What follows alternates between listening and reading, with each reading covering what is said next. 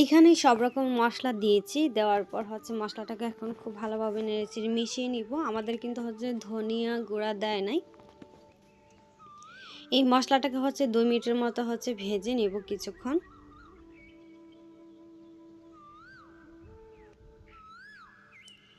এই যে মশলাটা দিয়ে হচ্ছে নেড়েচেড়ে নিয়েছি। এই পর্যায়ে দিয়েছি হচ্ছে 1 চা চামচের মতো ধনিয়ার গুঁড়া। ধনিয়া গুঁড়াটা দেওয়ার পর আবার একটু নেড়েচেড়ে মিশিয়ে নিব।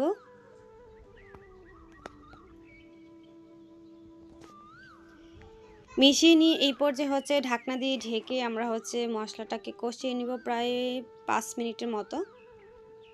5 মিনিট পর আমি ঢাকনাটাকে উঠিয়ে নিচ্ছি। এই পর্যায়ে তেলটা হচ্ছে মশলার উপরে ভেসে উঠেছে আর আমাদের মশলাটা কিন্তু খুব ভালোভাবে কষানো হয়ে গিয়েছে।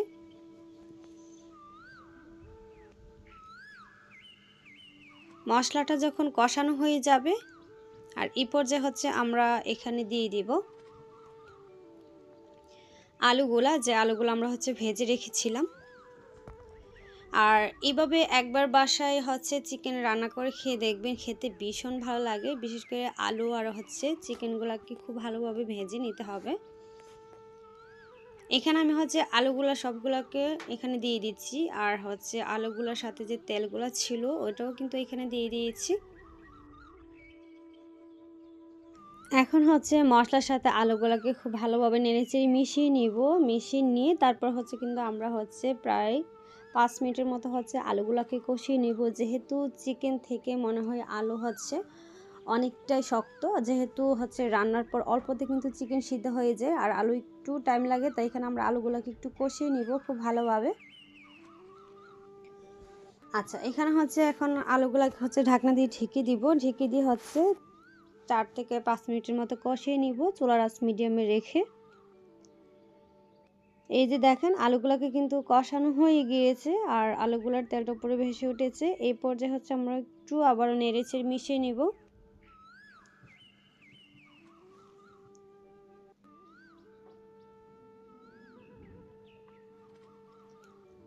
মিশিয়ে নিয়ে এই পর্যায়ে হচ্ছে আমরা এখানে দিয়ে দিব ভেজে রাখা চিকেন। আর চিকেন এভাবে আলু দিয়ে অবশ্যই একবার হলে বাসায় ট্রাই করে দেখবেন। সবগুলো চিকেন কিন্তু আমি হচ্ছে এখানে দিয়ে দিয়েছি। দেওয়ার পর এখন হচ্ছে চিকেনগুলোকে খুব ভালোভাবে নেড়েচেড়ে মশলার সাথে মিশিয়ে নিতে হবে।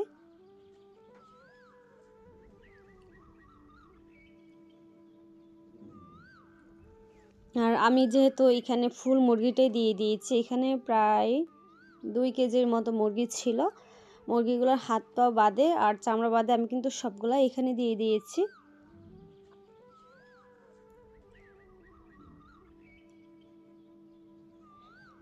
আসলে মুরগিটা বাবা হচ্ছে সন্ধ্যাবেলা নিয়ে আসছিল। সন্ধ্যা বলতে হচ্ছে আসরের মানে আসর নামাজের পরে নিয়ে আসছে, তো এই জন্য হচ্ছে রান্না করতে করতে সেই রাত হয়ে গিয়েছে।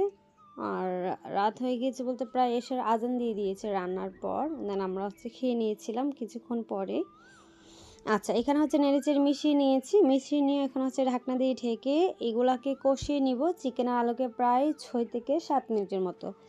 আর এই পর্যায়ে অবশ্যই খেয়াল রাখতে হবে চুলার আঁচটা মিডিয়ামে রেখে হাই হিটে কখনোই চিকেন কষাতে যাবেন না, তাহলে কিন্তু এই পর্যায়ে হচ্ছে লেগে যাবে।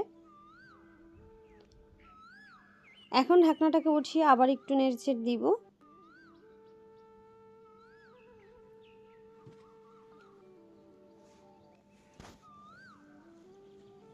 নেড়েচেড়ে মিশিয়ে তারপর হচ্ছে এখানে আমরা দিয়ে দিব পানি।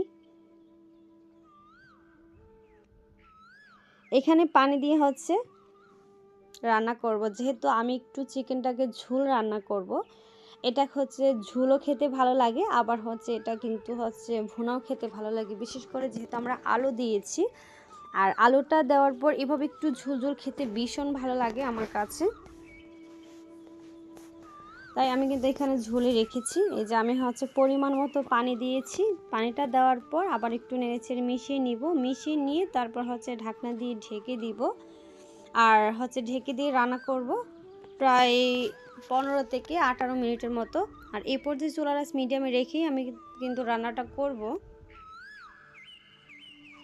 যেন আলু আর চিকেন একেবারে সিদ্ধ হয়ে যায় আর কি।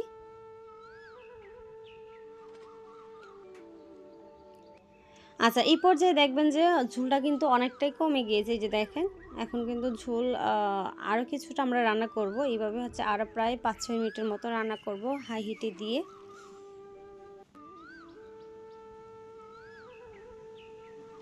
5-6 মিনিট রান্না করার পর হচ্ছে তারপর কিন্তু আমরা হচ্ছে এখানে হচ্ছে একটা মশলা অ্যাড করব, আর তা হচ্ছে গরম মশলা। আর গরম মশলা কিন্তু আমি সবসময় বাসায় তৈরি করে, আমার মনে হয় যে বাজারের কেনা মশলা থেকে বাসায় যে হচ্ছে গরম মশলাটা বানানো হয় ওইটা দিয়ে যদি রান্না করেন তাহলে সুন্দর একটা ফ্লেভার হয় আমার মনে হয়। তাই আমি অলওয়েজ হচ্ছে বাড়িতেই কিন্তু এই গরম মশলাটা বানাই। আচ্ছা, 1 চা চামচ গরম মশলা দিয়ে দিয়েছি, আর এখানে আমরা দিয়ে দিচ্ছি 5 ফোঁটার মতো কাঁচামরিচ।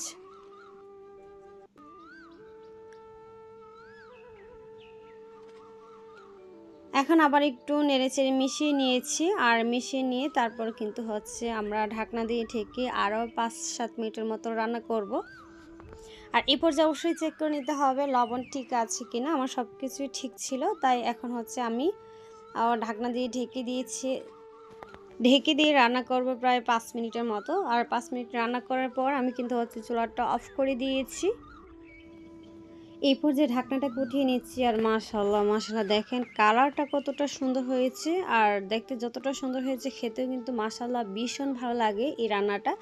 আমাদের বাসায় যদি চিকেন আনা হয় এভাবেই রান্না করা হয়, না হলে কিন্তু আমাদের বাসার কেউ চিকেন খেতে চায় না। আমাদের বাসার তেমন চিকেন কারো একটা পছন্দ না, বিশেষ করে আমার মা আর আমার ভাই তো খেতেই পারে না, তাই আমাদের বাসায় কমই রান্না করা হয়। আচ্ছা, এদিকে হচ্ছে আমি ভাত নিয়ে নিয়েছি যেহেতু রাত হয়ে গিয়েছে, প্রায় এশার আজানের পরে কিন্তু আমরা খেয়ে নিয়েছিলাম। এখানে আমি হচ্ছে একটা লেগ পিস নিয়েছি আর হচ্ছে এখানে আলু নিয়েছি, যেহেতু আমার একটু বিশেষ করে লেগ পিস পছন্দ বা হচ্ছে কলিজা ঘিলা আর চামড়াটাই বেশি পছন্দ আমার। আমি হচ্ছে মুরগির বুকের অংশ খাইতে পারি না, তেমন একটা ভালো লাগে না।